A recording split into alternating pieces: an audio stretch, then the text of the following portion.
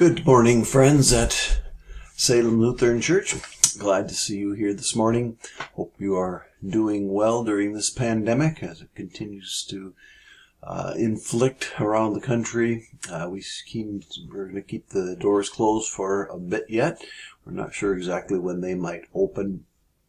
We've had the discussion several times. Our COVID task force has recommended, of course, that we wait a little bit longer. We will continue to do outdoor worship services this month, weather permitting. Unfortunately, we were misguided by the weather forecast on Sunday.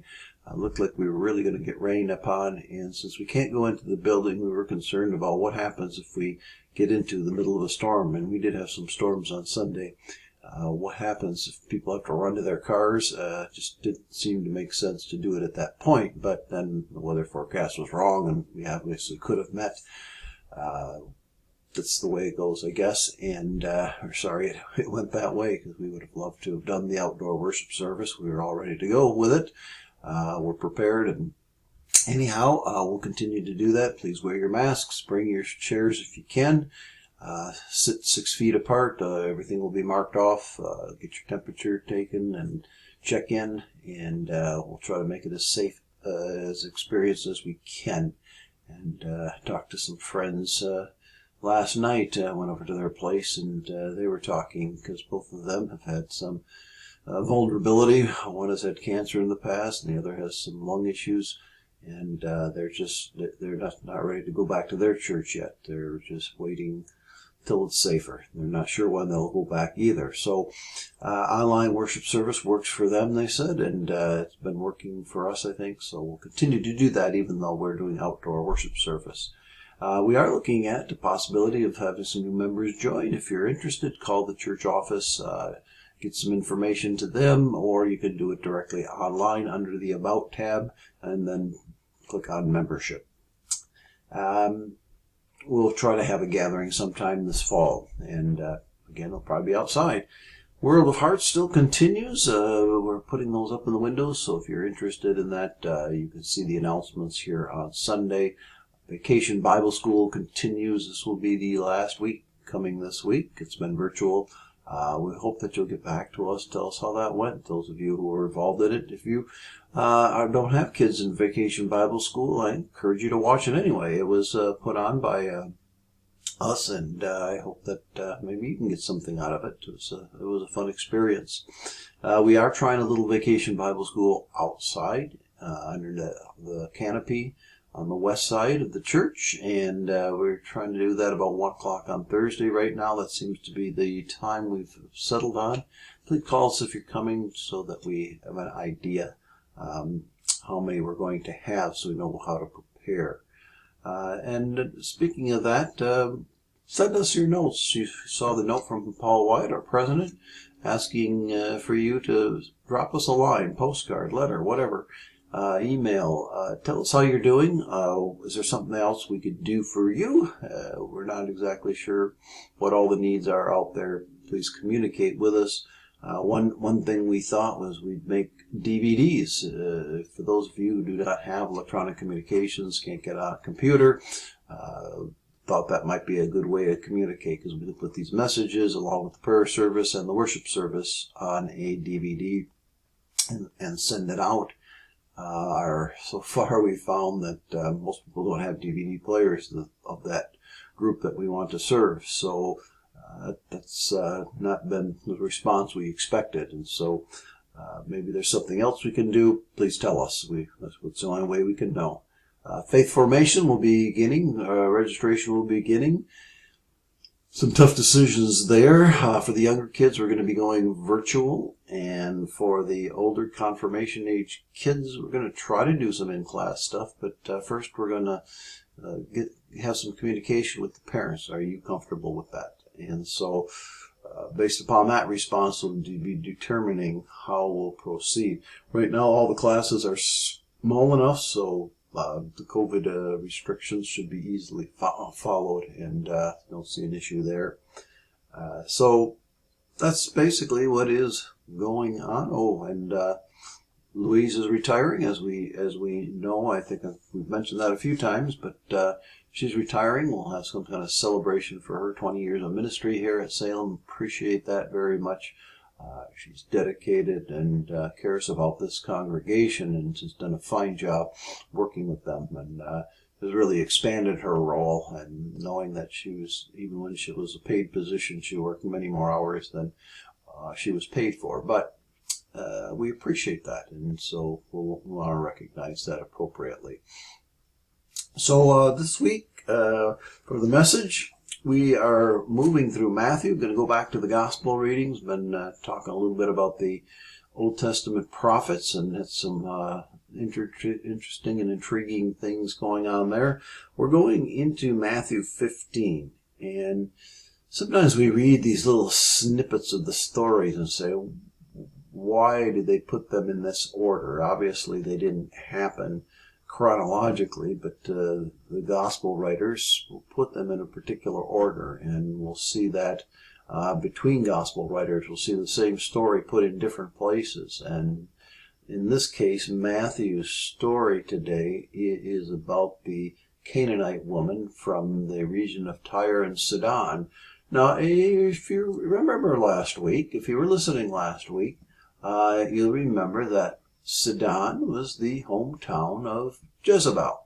So we can sense the animosity between the people there already and Jesus. And Jesus, obviously, there's Jewish people up in that area too, but Jesus' encounter with this Canaanite woman will be quite an interesting encounter, and we'll flush that out more in the sermon. But the preceding story is the story that you're probably familiar with, when Jesus has this discussion about food with the Pharisees. And food is very important in the Old Testament. Food is legally bound to be kosher, and even today many Jews consider kosher food very important. And Jesus has this discussion saying, not denying that the way the Jewish people treat food is wrong, but he says what's more important is not what goes into the mouth, but what comes out of the mouth. And what comes out of the mouth comes from the heart. And the clarification we have to make in our images is that heart means emotional in our day. That is the seat of emotions. And for the ancients like Jesus, the bowels were the seat of emotions. The heart was the seat of rationality. It's more like what we might call the mind. It's the thing that makes sense of life.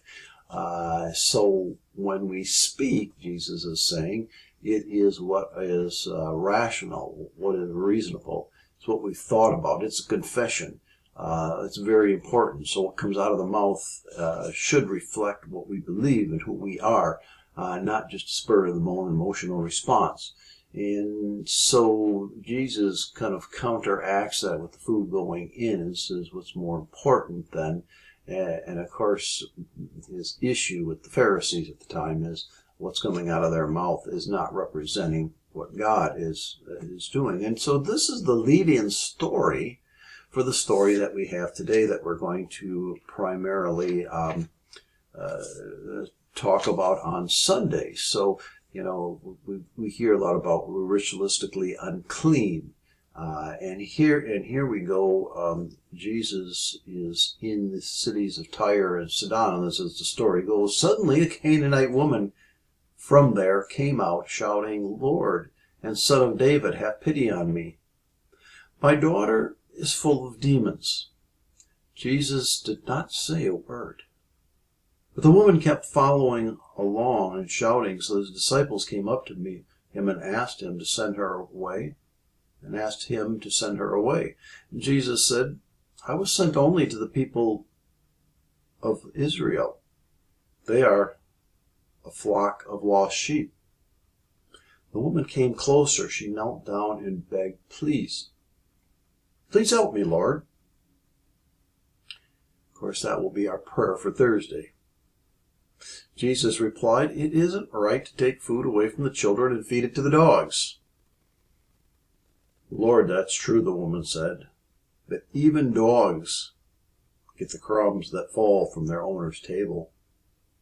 Jesus answered, "Dear woman, you really do have a lot of faith, and you will be given what you want." At that moment, her daughter was healed. So we'll end there. That's quite a story. And for this week, as I'm seeing my time get away from me, as it always does, for this week, what I would like you to do is to read that story. I was reading out of the contemporary version today, but I'd like you to read that story.